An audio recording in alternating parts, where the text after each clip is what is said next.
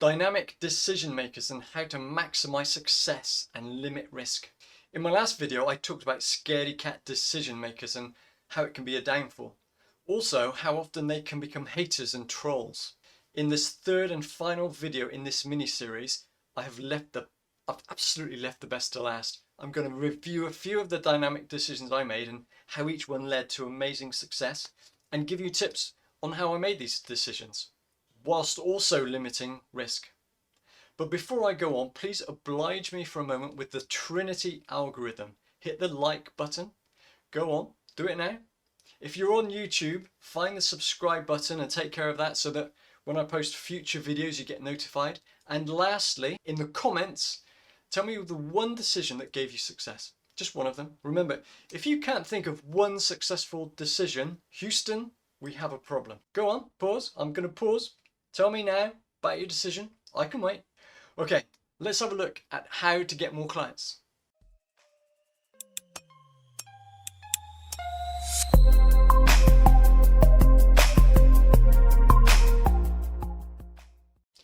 So my name is Mark Knight, and over the last 16 years I've built a financial advice firm from brand new to over 6,000 clients and sold it for multiple 7 figures.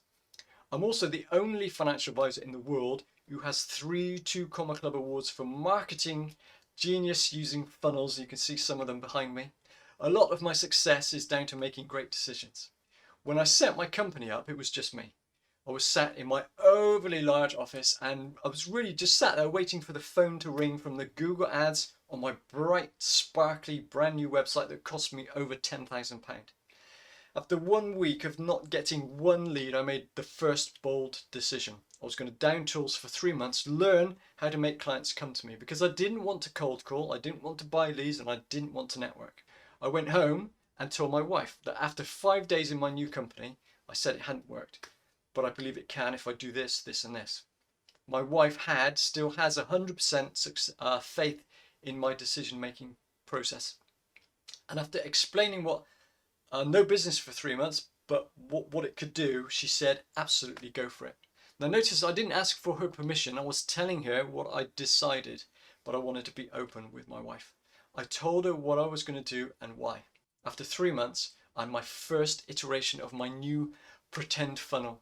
I call it a pretend funnel because I don't remember or recall funnels being a term used. It was just a one-page site. Within a few days, I was receiving 5 to 10 calls per day from my target audience. Now at this point, I had a couple of revelations. I needed help immediately, and I just created something that no one in the financial services world had ever done before.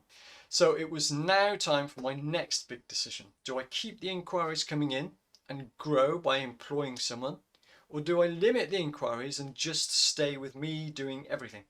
To me, this decision was a no-brainer. I couldn't sit there having created something so magical and then limit it. So I employed somebody. Paul eventually went on to buy my company this year, but that's a story for another day. This was all without the crucial decision, of course, of starting my business in the first place, which many of you have also made. 2 decisions made to grow and scale, but I could have easily decided not to have done that. Success is a series of good and well-planned decisions. So if we're a procrastinator or scaredy cat, how do we change that so we can grow and scale? The first thing to do is to plan what you truly want, not what you think you can get, but what you truly want. So what level of income, what car, how many holidays per year? So this is now working with the end in mind. Then you work back. What's my average value per client? How many clients do I need to close to get my goal? And what is my close rate? How many inquiries do I need to make to hit my goal? Phew. So when was the last time you did that? Have you ever done it? When did you check if everything was on track? How often do you amend your figures? Try this. Pause the video now and work this out. Let me know below. What's your figure? How many inquiries do you need per week, per month, per day to hit your goal? Until you know this, you can't scale and grow. You cannot set and reset your compass. You have no direction other than turning up and hoping. And we all know what hope does. Okay, look, pause now, work that out and let me know below. How many inquiries do you need? So step one, know what you want and what you need to get there. Next, you need to work out how to get there. Do you have the level of inquiries you need? If not, what's your shortfall? What is the best way of fixing that shortfall? So write down your ideas. Buying leads, networking, referrals, etc. Do you need help, or can you do this alone?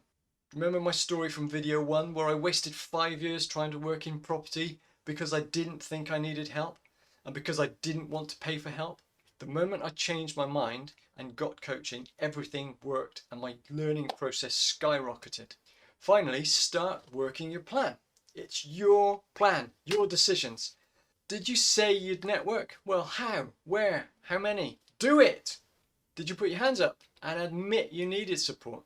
Well, what kind? From whom? And when? See how this works? By thinking everything through before you need to make a decision, the actual decision is easy. It's dynamic and fast. About 10 years ago, I had a client who said they don't make decisions on the spot. They need time to think about it. Time to think about what? They needed life cover. They knew they needed life cover, and I offered them exactly what they needed. After the meeting, I gave them a week and I called them back. This is what they said, that they had decided to wait. What actually happened was they cooled off. They talked themselves out of it. 6 months on, I had a call from the wife. She asked me what happened about the life cover and can they get it now, even though her husband's just been diagnosed with a terminal illness. Such a sad story, and it really sticks in my throat every time I think about it. Well, that wasn't about business in terms of work, but business in terms of family business. He's going to die, he's going to leave a family with no money, and not even the mortgage will be paid off and cleared. I have a couple of mantras going back from a while ago to now. You market to everyone, you market to no one, and the better decisions you make, the more success you will have. Let me highlight this another way. Have you ever been on holiday and the hotel sucked? The food is bland and repetitive. Everyone's getting sick. The drinks at the bar are warm. The service is downright terrible. Well, that's usually the result of two things. Either you are difficult and hard to please and absolutely not one of my ideal clients, or you, made a poor decision and your success was destined to fail. So what could you have done to stack the odds in your favor? Well, you could have made a list of what you want with your goals. You could have made a list of what's on offer and decide beforehand if what's on offer meets your goals. This is what I do every time I book a holiday, whenever I choose coaches, whenever I make any sort of decision. For instance, last year when I knew that I was going to start coaching the methods that I've used to create an abundance of leads for myself, I wrote down all the things I needed to know and have from a coach. I still have the list from my last coach with check marks on it. First thing I needed was to learn organic strategies, and next thing I wanted to update my mindset from the view of receiving, i.e. receiving leads and clients, to giving my knowledge. And I also wanted to understand coaching and teaching methods more. Finally, I wanted to design a program that's both adaptive and dynamic. I had a short list from my time spent researching these coaches of about 5, ranging from around about 5k to 25k. And it was clear from the offers I looked at, the only one that would work was the 25k one. The others seemed to have failed in different jobs and businesses, and I knew that wasn't for me. So I talked to the 25k coach, and it was a very simple call because he asked me what I needed. I told him what I'd written down. He said that he could do all of it. Then he told me the fee. Now by this point, I knew what I needed, I knew he could offer it, and I knew how many clients I would need to cover his fee. Then he told me his fee, and it had recently increased to 50k. Not only that, but he only works with people who sign up there and then.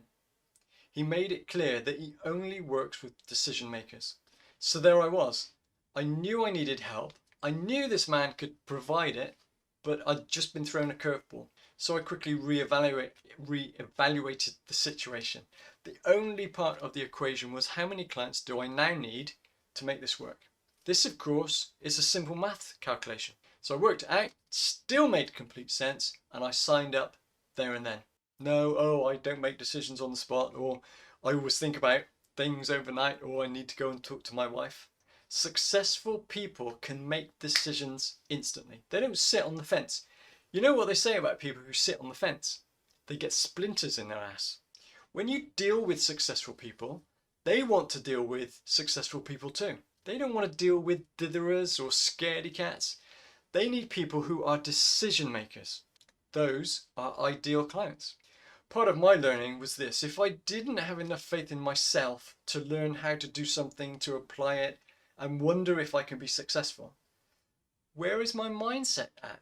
I know what could have happened if he'd had said, yes, take some time to consider it, a day, a week, a month, a couple of years.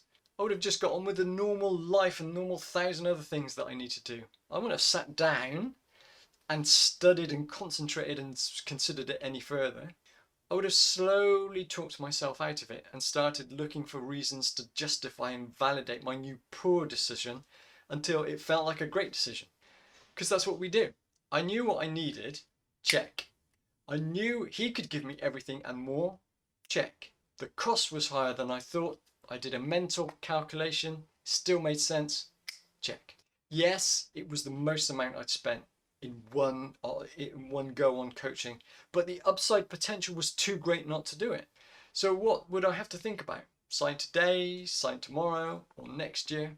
Still made sense. The only difference was I'd put the phone down and start lying to myself until I decided I wasn't going to do it, because that's what we do. I look back at what the coach has done for me and I'm truly amazed. A new 6-figure funnel that is still in test mode, 6 figures still in test mode. As soon as I increase the ad spend, it will become my next multi-7-figure funnel. A while back I bought a brand new Tesla Model X. I added all the bells and whistles to it and it cost more than my second house. Well, I worked out what I wanted, made sure the Tesla ticks all the boxes, worked out the cost, the depreciation, and I made a decision to buy it. I knew if I'd have waited, I'd have talked myself out of it, because that's what we do. I'd have talked myself out of such a luxury. Then I would have missed out on all the absolute wonderful and pleasurable things that it does. Self-opening doors, gull-wing doors, driverless technology, top-of-the-range sound, the car warming up in the winter or cooling down in the summer from an app on my phone. So let me repeat the steps needed to become a dynamic decision maker on your way to higher levels of success that you could only dream of. Remove the need to think about it by knowing what you want and what you need to do to make the right choice. Remove the need to talk it over with someone by knowing your own mind and making your own choices. That's it. Ultimately, have faith in your own decisions and your capabilities. Don't let others who have less faith in you change your mind. That's it. We've come to the end of this mini series on decision making for success. Let me ask you a few questions before you go. Are you a ditherer or a scaredy cat? If you're a dynamic decision maker, did you decide not to add a comment in this video? Did you decide not to like it? Why? Does that reveal anything about your decisions? If you think about it, I made it very clear. I said pause the video, do this and do that, add a comment. If you didn't do that, why? It's interesting, isn't it? After all of this, I hope that you write down what you need, whether you need help or not. And I'm getting busier than I could ever have possibly imagined.